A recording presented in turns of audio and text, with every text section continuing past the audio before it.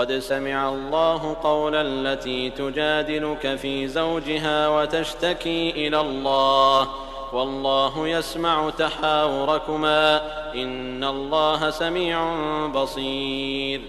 الذين يظاهرون منكم من نسائهم ما هن أمهاتهم إن أمهاتهم إلا اللائي ولدنهم وإنهم ليقولون منكرا من القول وزورا وإن الله لعفو غفور. والذين يظاهرون من نسائهم ثم يعودون لما قالوا فتحرير رقبة من قبل أن يتماسا